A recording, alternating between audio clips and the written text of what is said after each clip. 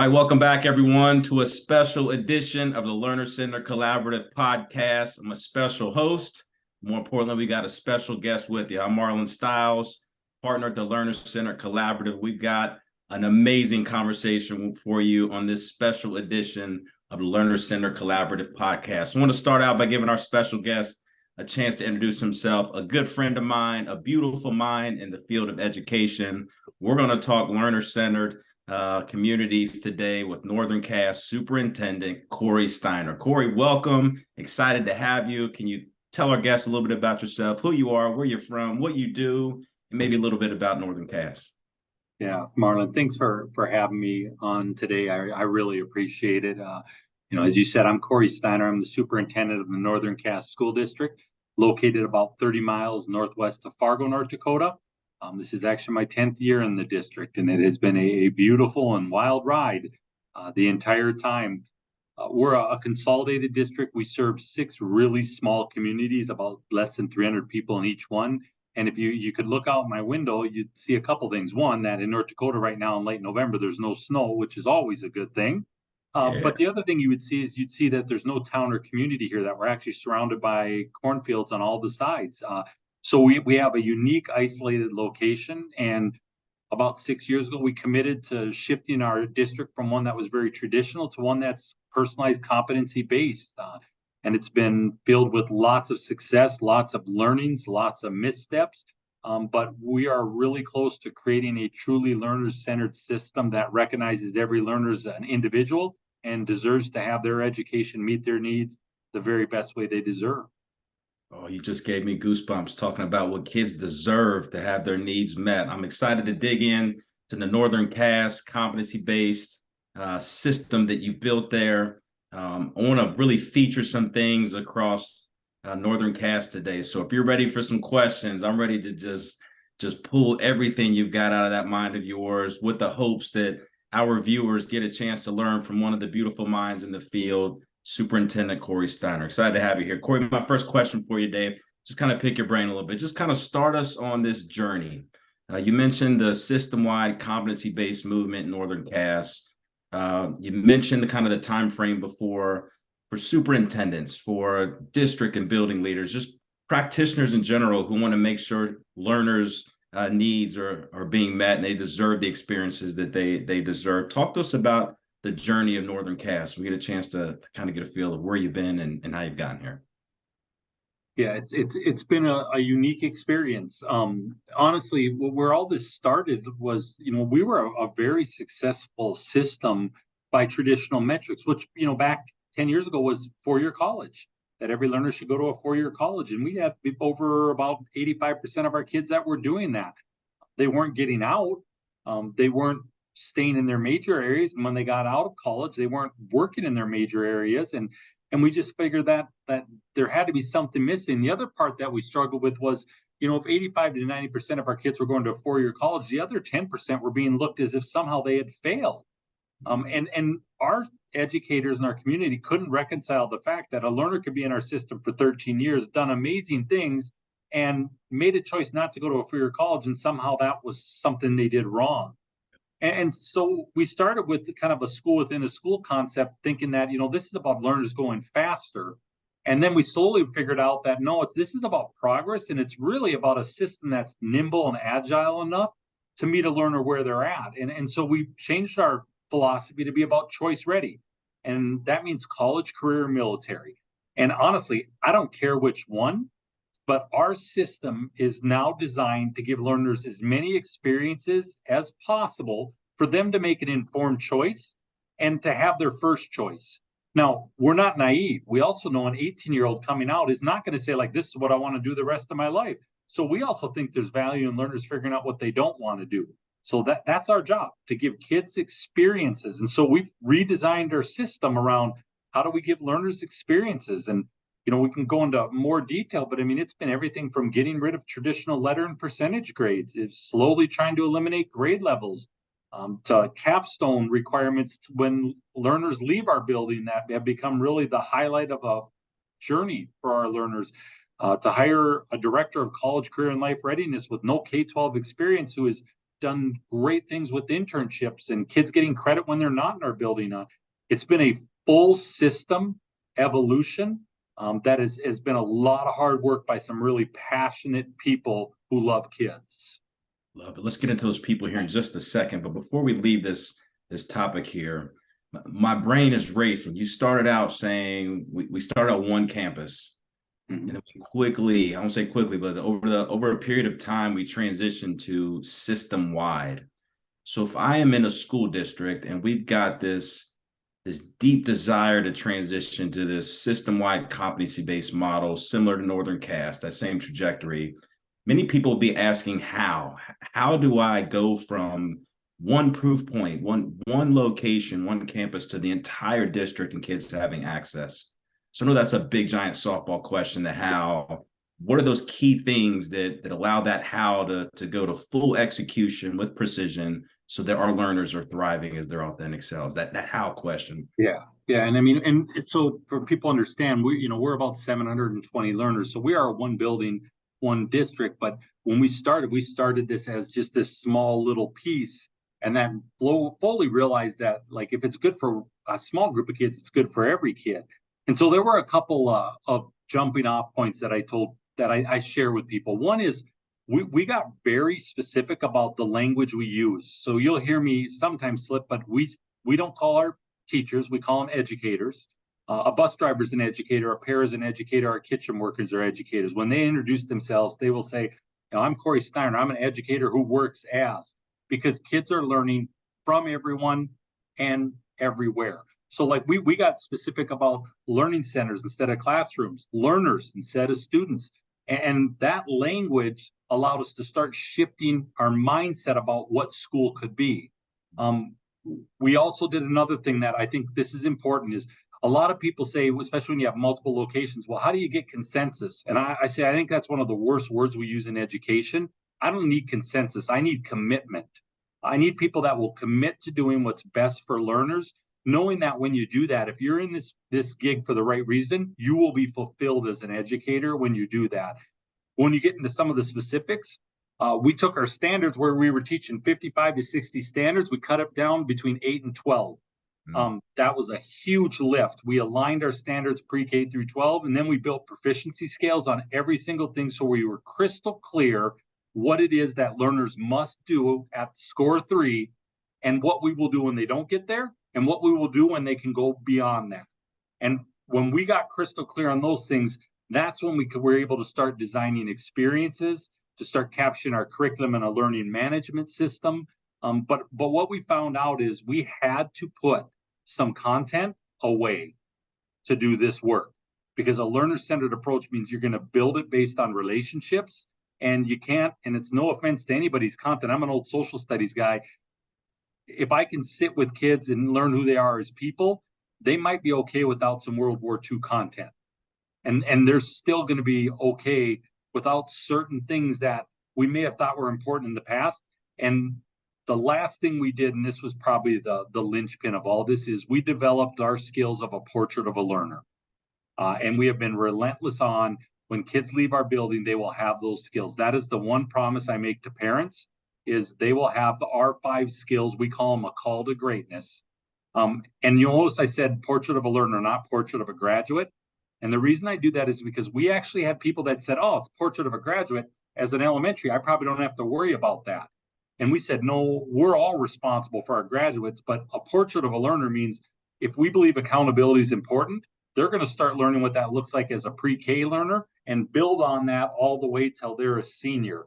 And with that, we can go and when kids walk across the stage and I can look at mom and dad and say, like, your kid's going to know how to advocate, that's going to serve them very well. So those were kind of some of the jumping off points and things we did.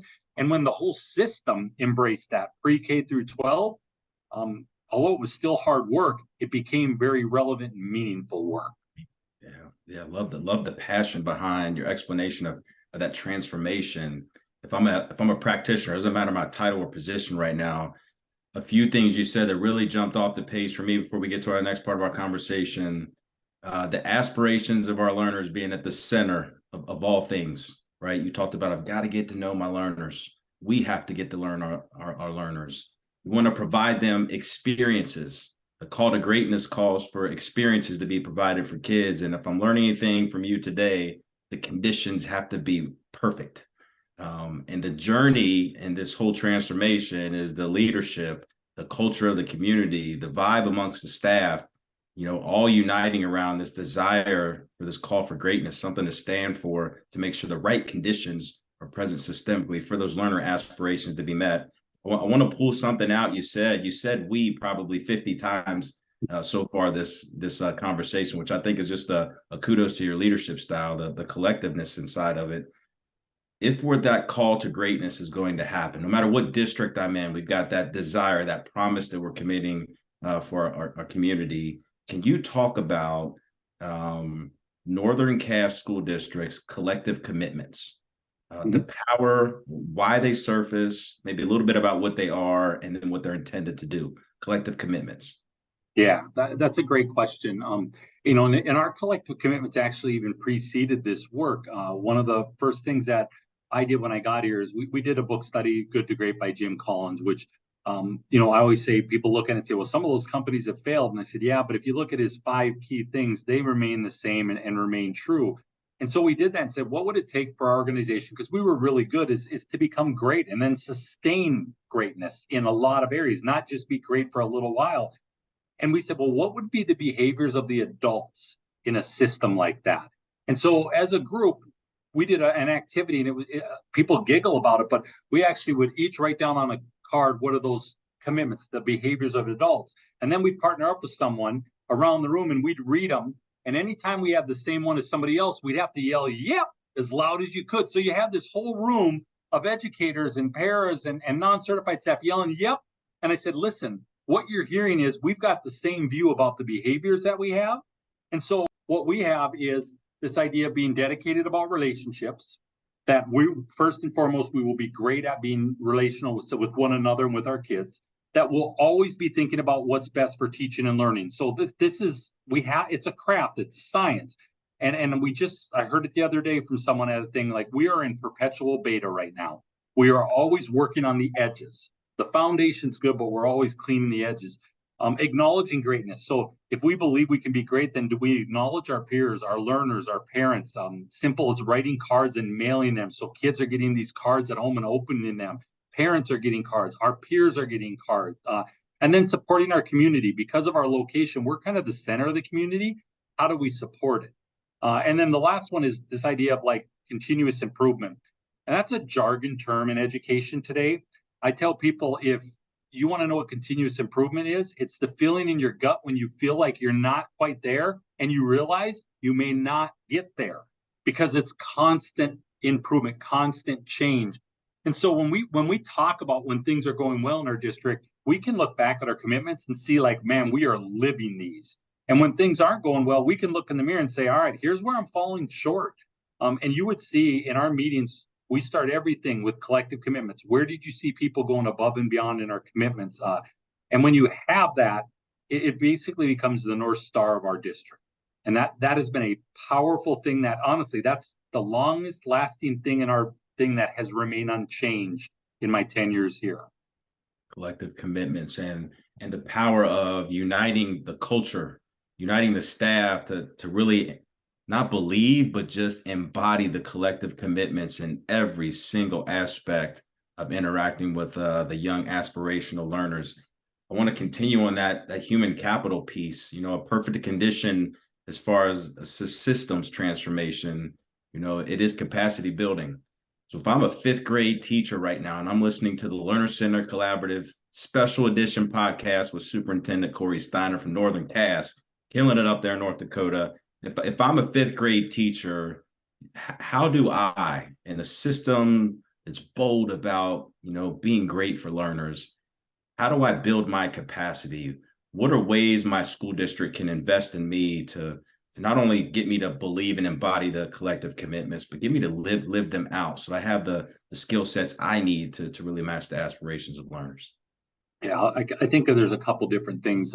There's one thing I will always say is, if you have somebody in your district's ready to run, then your answer to them is yes. Every single thing they ask for is yes. Create a culture of yes, even as leaders. Like I try to never say no to anything that's asked of me, even though there's some things I have to. It'll be, I'm not sure. Let's talk through how is that going to benefit learners? And if it is, we got to find a way to do it. If it's not, let's find a way to reframe it. So like that's the first thing is let your runners run, get out of their way, and then you celebrate them. Let other people in your district go watch them and see what they're doing. Give them opportunities to go out and see other places and come back and bring that information, not only to validate, but also to get this idea of what could be thinking. I'll say this, and everybody always says, well, just professional development, invest in professional development. I would say invest in your educators leading the professional development. We have a lot of teacher-led PD in our district where as a whole group, we will say, hey, we're going after flexible grouping this year. That is one of the things that is our focus in our district this year with conferencing and coaching is instructional strategies. Everybody sets a goal for a month. They go work on that goal for a month. They come back. We share out bright spots. We have conversations. We debrief. Then we add another little element to the goal. So we have our entire staff working towards an endpoint, everybody working on it differently, everybody sharing out how they're working on it. And now you have this whole group of people that are having a common language, a common experience, but able to have the autonomy to dictate how they're going to learn that new skill. And you know what it costs us? Nothing. We don't bring anybody in to train for that. We do that ourselves. Now, we have some organizations that have set the stage for us to do that, to help us do research and development. But that's been our model for professional learning. The other thing, too, is get a partner, find somebody that wants to do this work with you, or else it can be isolating. And so that's another thing we'll do is we'll have our educators really PLC together, talk through what data they're using to drive instruction, but also to be able to share like, hey, I'm trying this. Can you come do that? Can you come help me? And then the final thing that I'm always amazed districts aren't doing more of this is, are you doing some instructional rounds and walkthroughs with your staff? Like give your staff some time to go see the great things happening in your building, but also giving time for people to come into their room to say, great job, but also have you thought about? That's how we've developed the capacity in our educators. And it seems to be working because again, like this is who we are now. It's not who we hope to be. We certainly have bigger aspirations of the system, but we are a personalized competency-based district at Northern Cass. I love the fact you brought up staff, right? And them getting involved in owning the capacity building of themselves, but also their colleagues.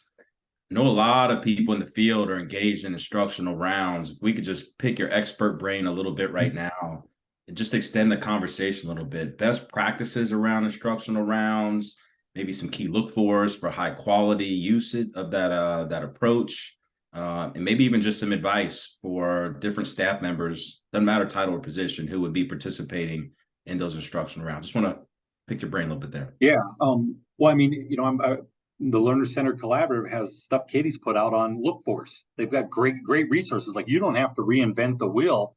But when I talk to people about look-fors is, what is your district going after? For us, it's coaching, conferencing, and flexible grouping. So what do we go look for? Coaching, conferencing, and flexible grouping. So it permeates what we're doing. Now, we're still celebrating other things that we see that aren't around those goals. We're still giving feedback on maybe opportunities that could have been grabbed. But a couple of practices we've done two different ways. We've built some teams pre-K through 12, cross-curricular. So we might have a senior ELA teacher and a pre-K teacher, along with 5 other people that are going and they're observing members of a team. And then they have a protocol they debrief and go through. And they do that about 2 to 3 times a year. But then we have what we call down the hall. And down the hall is when an educator puts in like, I'm doing this week. Anybody that wants to come see, walk on down the hall. And they'll walk down. And then we're giving just quick feedback that we're handing to them that's very affirming. And then we're not trying to give feedback to say you shouldn't do this. We're saying, have you thought about? That engages that educator in self-reflection, because the self-reflection part is the key. This is not an evaluation. It is not meant to tell people they're doing things right or wrong. It is merely meant to get people to be more reflective in their practice. And I think the last thing I would tell groups that do is, here's what everybody tells me. Well, we can't do that because we can't find subs. Create a personalized learning system where kids can work independently. You don't need to worry about it. There are structures to do, there are strategies to use. If you value ongoing professional learning, this is something that like every district should have in place. I love the call to action for creativity to be invited into how we engage our learners and the types of experiences we give them. You open the door up to the classroom. So, you okay if we just venture into a couple learning spaces in Northern Cass? Let's just highlight what your learners are experiencing every single day. So, take me into the elementary. I know you got an unbelievable principal leading the charge down there. Shout out to her. I know she's absolutely crushing it, and her staff. She brags about them all the time. But just maybe walk us in through some learner experiences at the elementary in your district. Yeah, and I mean, we could talk for hours because I'm so proud of what all of our levels have done in educators, and Krista has done a remarkable job of leading that group. But I'll give you an example today because it just happened. Talking about experiences, I had a level 4 educator and who's doing some things around North Dakota history, and I love North Dakota, but the history isn't all that fascinating. I mean, it's farming and some coal, and there's not a whole lot else, and it's just who we are as a people. She wanted to take fourth graders out and do some geology, to actually have kids do some excavating, digging up fossils and rocks, and doing that in around this idea of like what was here millions of years ago, because that's just something we tell kids, but they can't get a feel. And today I went to their museum curation that those kids did, and where they talked about their fossils, what they learned, what they knew now that they didn't know before, presenting communication skills, our portrait learner skill communication, and asking kids what you like about it. And they're like, well, I just love the experience. I mean, that's what fourth graders saying. I love the experience. I got to go out. It wasn't a field trip. It was a learning experience. I heard them say that time and time again. I had one learner, what'd you learn? I learned that I need to be resilient because I didn't find anything the first 20 minutes and I had to keep digging. And then I figured out like I found a spot. So I focused on that. And I mean, these fourth graders were so passionate about what they were doing. Now, we don't send, every kid out every single day, but what we're seeing right now is in our elementary is a really big focus on inquiry, letting kids ask questions and then just saying, okay, we're going to put away the content for a little bit and we're going to answer questions. My level 1 educator the other day was presenting to some people in our state of the district, and she said, I can either stop and answer the question, or let them ask it 500 times throughout the rest of the day. And so it's like, I just put the content on hold and then we start digging in. And then they said they were really interested in this. So we designed a whole lesson around that. That's a common thing in our elementary. The other thing that I think you would see that's really common is there's always some whole group stuff, but it's very minimal. But what you were seeing is our elementary people know their learners inside and out. So they design based on the data of knowing who their people are. A lot of people are like, well, I have to have the standardized data. It's useful, but the most important data is knowing who your kids are that sit in front of you every day. And so our elementary has done a wonderful job of building foundational skills because that's important. We need kids to know how to read. Like they have to do that to have any chance in life. Literacy is absolutely essential. But what they have also done is there's different ways to accomplish that and achieve that. I love when I go in my pre-K learning centers and a learner will be sitting next to their friend and say, I'm working on this because this is what's best for my learning. And he's working on this. And they'll say, because this is what's best for my learning. Those are 4-year-olds that are doing that. That's what our elementary has done. They have empowered our littlest learners to understand that there are no limits on what and who they can become. Yeah, I'm so excited to hear you focus on placing the learners at the center by design. Sometimes we speak with educators out in the field around this idea of a portrait of a graduate or a learner profile or a portrait of a learner. You touched on an age group that is pretty unique: 5-year-olds in kindergarten, 4-year-olds in pre-K. What advice would you give practitioners or just the field pursuing these learner-centered movements in their communities about how this learner-centered movement, how it is definitely applicable to a 4 and a 5-year-old, not just someone getting ready to walk across the stage on the next phase of life? Yeah, everybody, you'll hear people say like, well, it's easier to do it at high school. It is 10 times more difficult to do it at the secondary level because you have mindsets that have been built for so many years. Like your 4 and 5-year-olds are sponges. This is the time to do it. Just go. But how do they benefit from it? Well, I mean, I think we know when we know ourselves, we're not only better for ourselves, but we're better for others. And what we're seeing is these 4-year-olds learning to collaborate and communicate. And we see that extend to get better. And what we're seeing in our kids as they go through our system is the ability to interact with adults, to advocate for what they need, to know that if you don't get it this way, you are not a failure. You'll get it another way. And there's something about young learners understanding that failing something is not an endpoint, but merely a part of the learning process. And that's what we're seeing from our littlest learners. Like, if you can teach that to them, they'll come to your class like just wanting to tear down the doors to get in there. And they already love you. Like, they already love you. Now imagine if they love you and love learning. Think about how beautiful of a day that can be. Not to say it won't be tough, but it becomes very beautiful. Yeah, love it, love it. Thank you for pausing on the littles for just a minute. So now let's go up into the middle school, right? Mm-hmm. That fun age where I'm trying to figure out who I am. I'm still a little bitty. I'm trying to be a big, trying to figure out, do I wear deodorant every day? I was a middle school math teacher, Cory. I love that age group, right? If I could go back and do it all over again, I go right back to sixth, seventh, and eighth grade. Let's get into some learner experiences in the middle school age group, similar to what you did at the elementary. Let's just kind of give our watchers a little bit of experience. Favorite grade level I ever taught was seventh and eighth I knew grade. you were middle school. I knew it. I was leaving the field, and I said I'm going to try it once, and I had such an amazing experience with them. Yeah, like as you said, whether it was the axe spray in the hallways that you couldn't see the lights, or whatever it was, but what wonderful human beings. 2 years ago, we wanted to redesign our middle school. I can say I made the biggest cardinal sin ever. I tried to push on my ideas, and it was a disaster. So the next year I sat down and said, what do we want this to look like? And I said, you guys lead it. And here was the most important thing I think we've ever done in my career in this work is we engaged in empathic interviews with learners and with parents. And we said, what is your greatest learning experience you've ever had? What is the worst one? What do you want this experience at middle school to be? And we designed our whole middle school around that. So in the morning, you're going to see core courses. But now we actually have middle school educators at least one day a week where kids are actually deciding if they're going to go to their core courses. So a kid might say, I don't need ELA today. I'm good in ELA, but I do need another set of math. I'm going to go there. Or they might say, I love what we're doing in social studies. I want to spend another hour today studying this in social studies and digging in. And so it really becomes some enrichment, some remediation, some extension.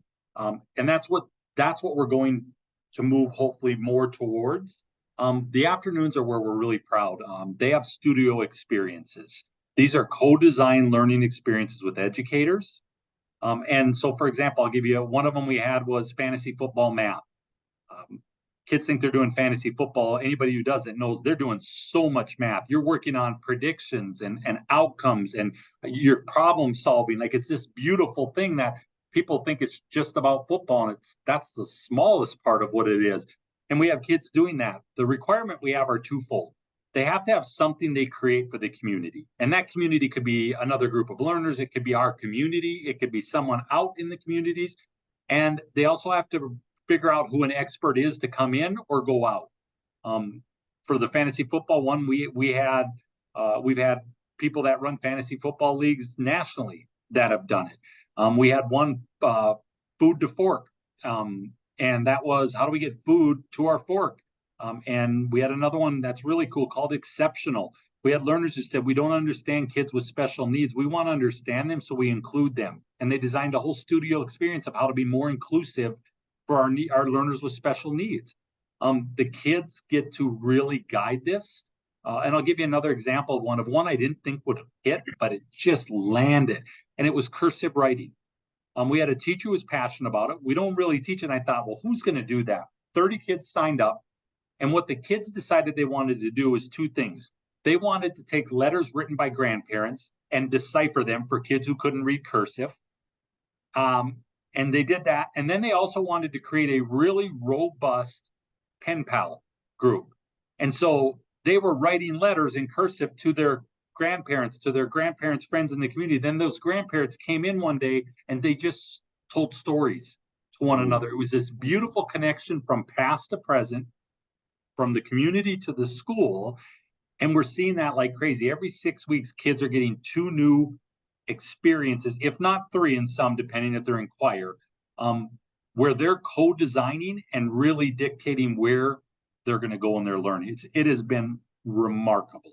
Oh, that's beautiful. That's beautiful. I think a unique thing that you brought up, I'm really curious to hear more of, is this systemic condition that's present across the school system and in the community of the value and power of partnership, not just relationship, but partnership and ownership and the call to greatness that you want to provide each of your learners. Can you talk about how I, as a classroom teacher, how I, as a building administrator or a superintendent, how I might be able to really explore the possibilities of partnerships and impact they can have for learners? Yeah, I think one of the things we've realized, and I think we all deep down know it, but there's a little bit of national narrative that we're afraid of. We have this amazing resource called parents. And the national narrative like puts the parent that is way on one side and destroys the school board or destroys the teacher, and they think that's what parents are. That's not true. That is such an outlier. Parents want to be involved.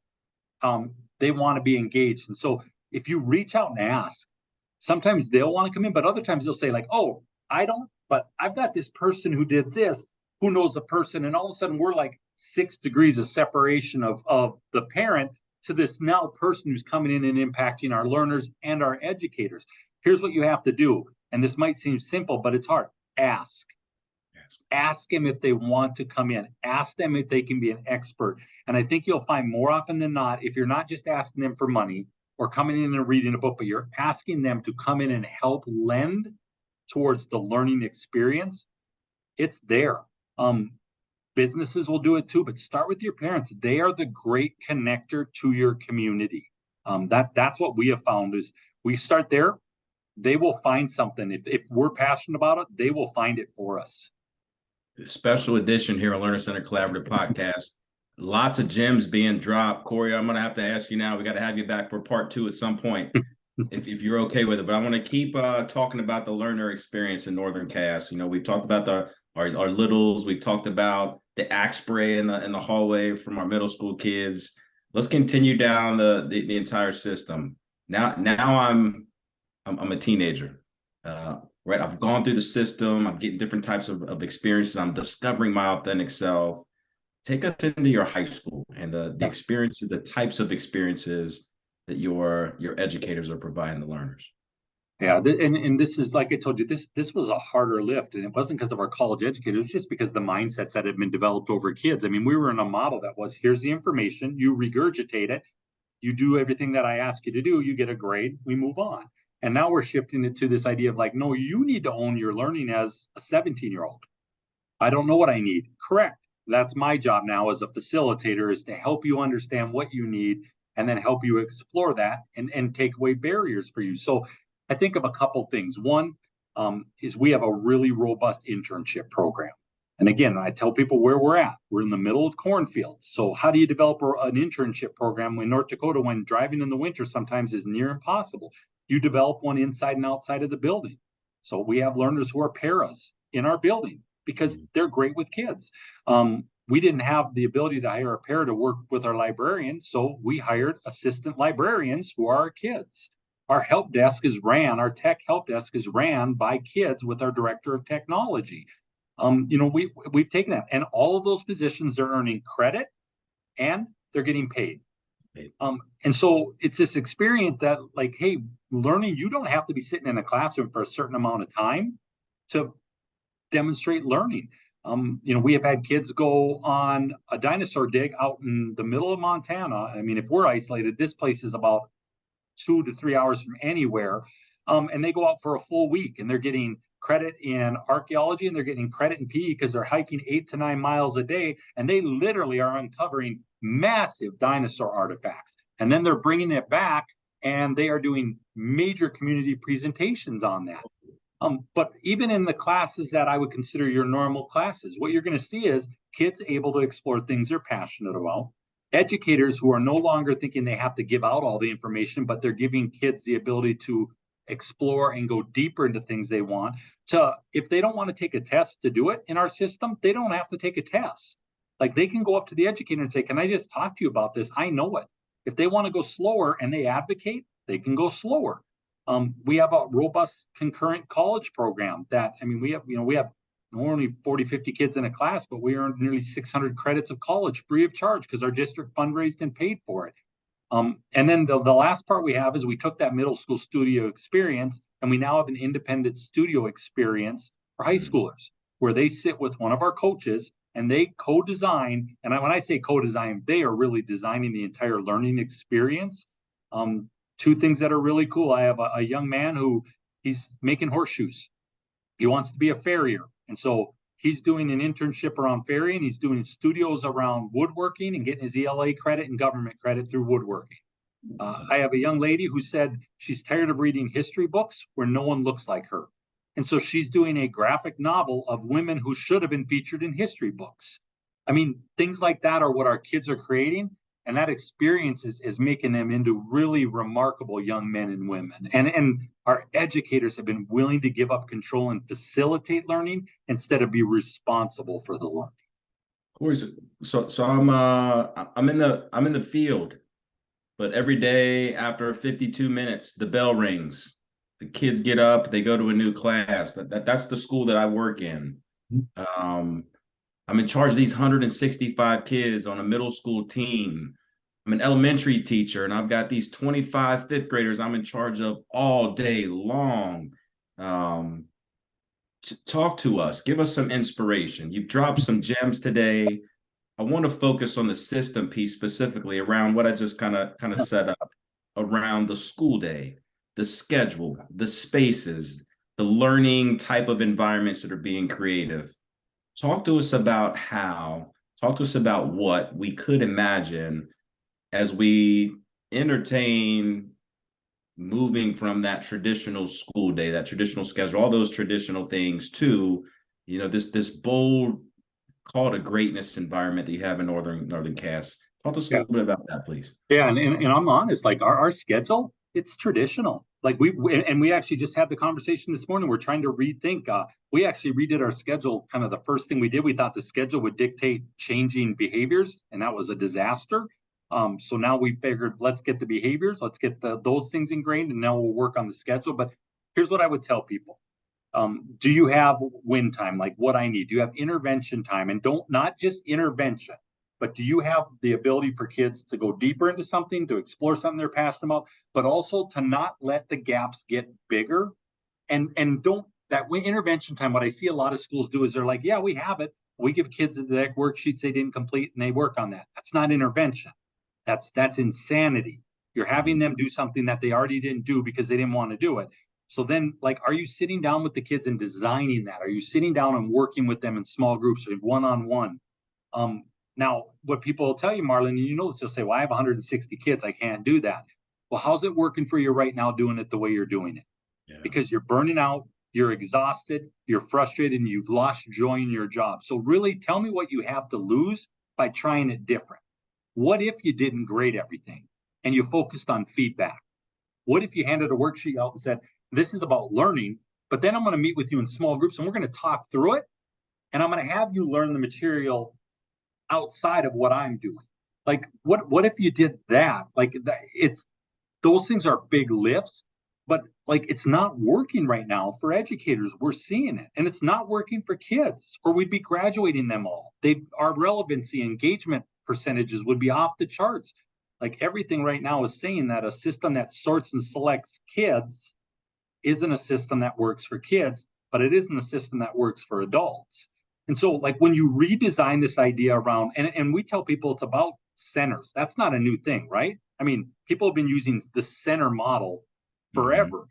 But if you build the center model on what kids need, and you're doing conferencing, which is small or one-on-one, and coaching, which is small groups, as your main instructional strategy, that's when we've seen the shift occur in our building.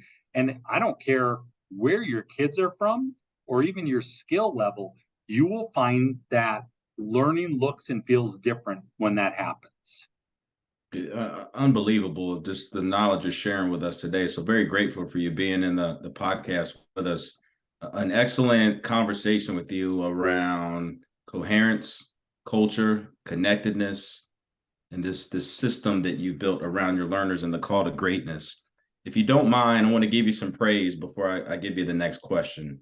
You said something a while back in the podcast in one of your answers at the middle school, and you mentioned the word, or you made the statement, I made a mistake, right? And you said I put my idea on it, or what your words may be. But can we go back to that and just, if I can ask you to be vulnerable as a leader, as an educator, as somebody who's serving kids, would you learn from that mistake? And if you had to do it all over again, what would you do?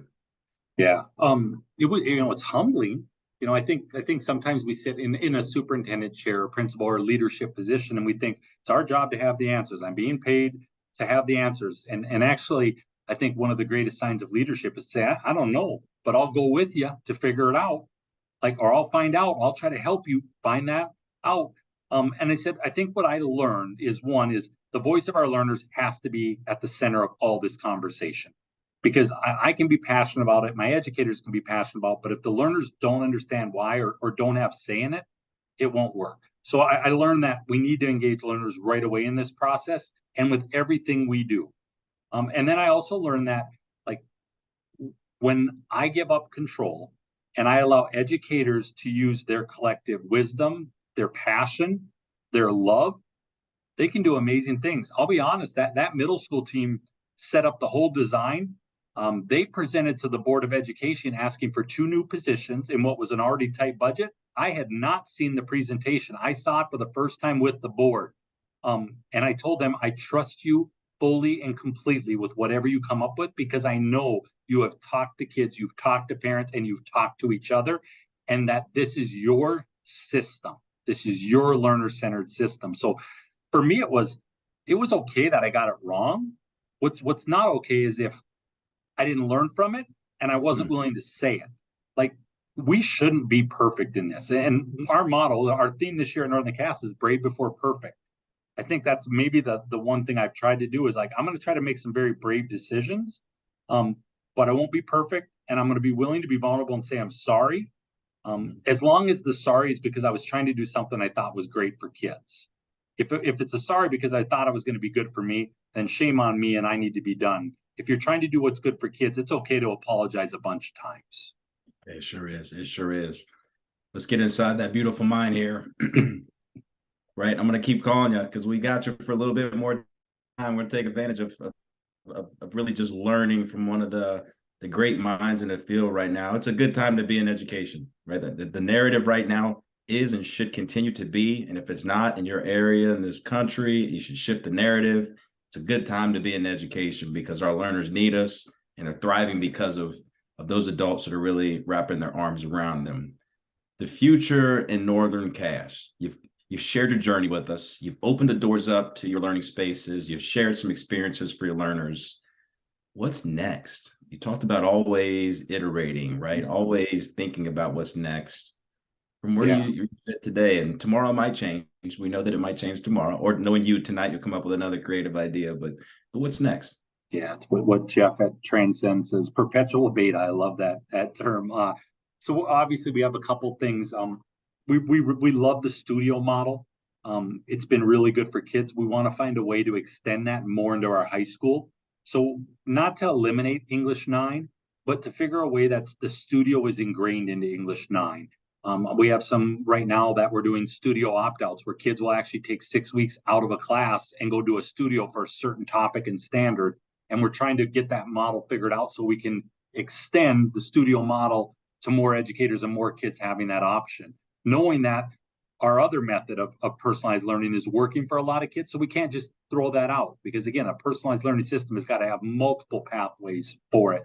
We're working really hard to eliminate grade levels, that kids would move based on a set of standards.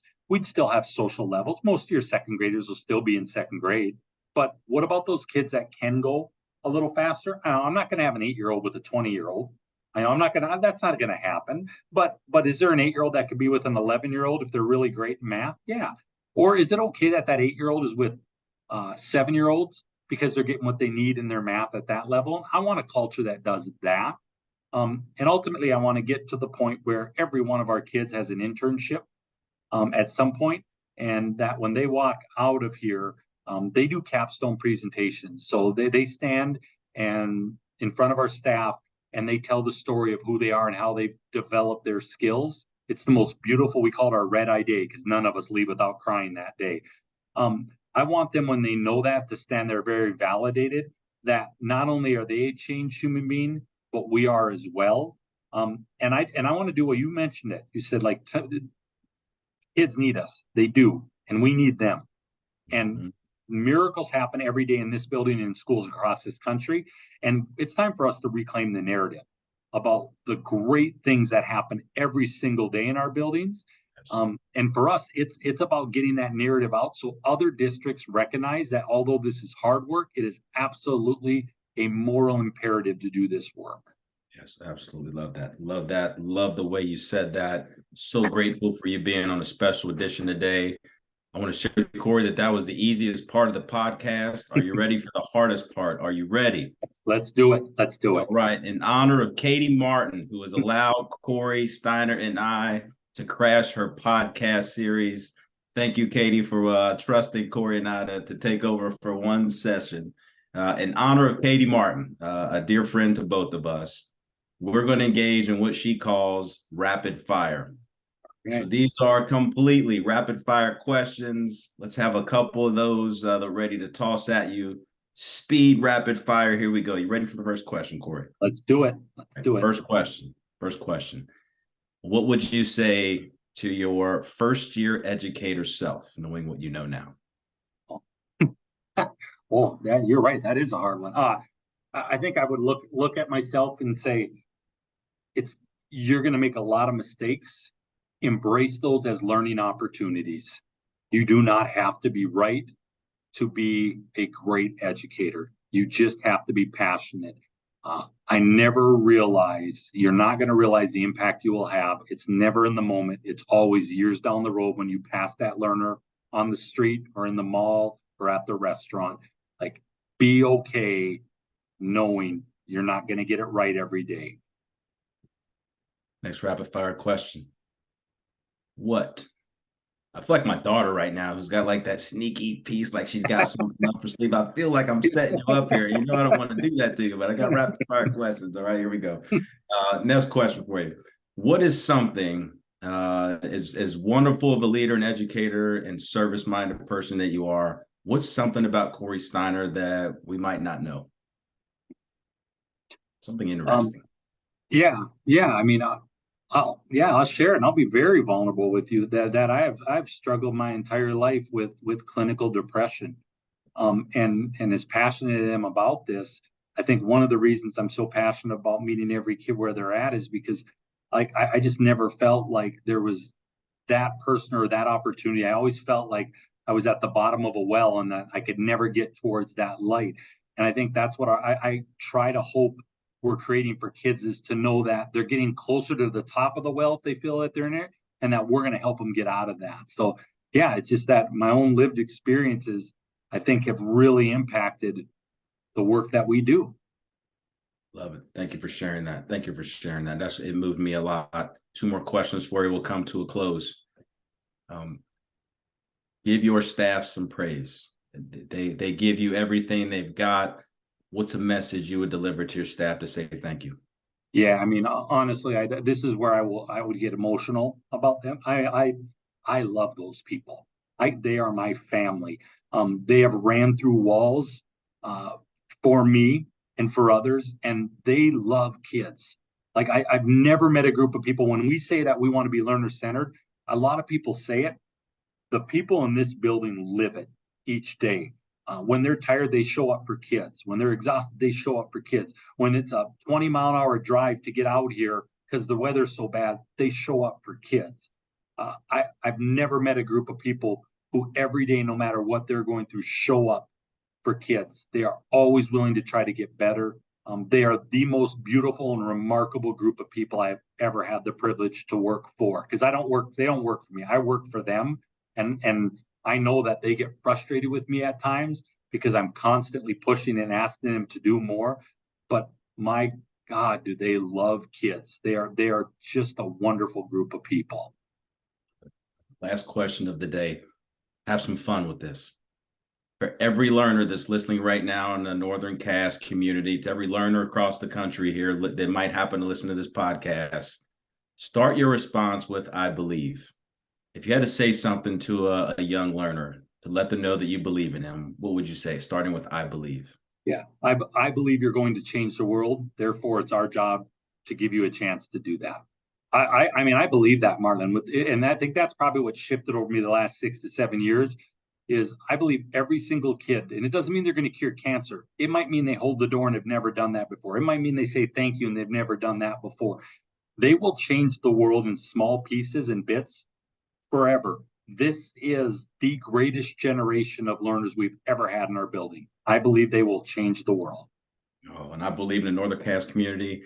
I believe it's been an absolute pleasure to spend a little bit of time with you, getting to know you a little bit more and the story of Northern Cast. So very grateful on behalf of the Learning Center Collaborative team to have you on the podcast series and just showcase the amazing things you're doing to bring greatness to your community. Thank you for being here. Any last closing comments you have before we come to a close? No, thank you, Marlon, for lifting us up and lifting all the others up. You guys just do amazing work there, and you're doing the storytelling that is so badly needed. And I just can't thank you enough for that. Well, we're very grateful for your partnership. Excited for to continue to watch you shine and watch your community, allow your students to thrive as their authentic selves, and contribute on a very big level to the future of this world. Cory Steiner, Superintendent, Northern Cast, Learner Center Collaborative, special edition of the podcast. Katie Martin, thank you for allowing us to crash your podcast. Cory, we hope to have you back. Enjoy the holiday season. Thank you for being on the podcast. Take care, my friend. You too, sir. All right, take care, buddy. Bye-bye.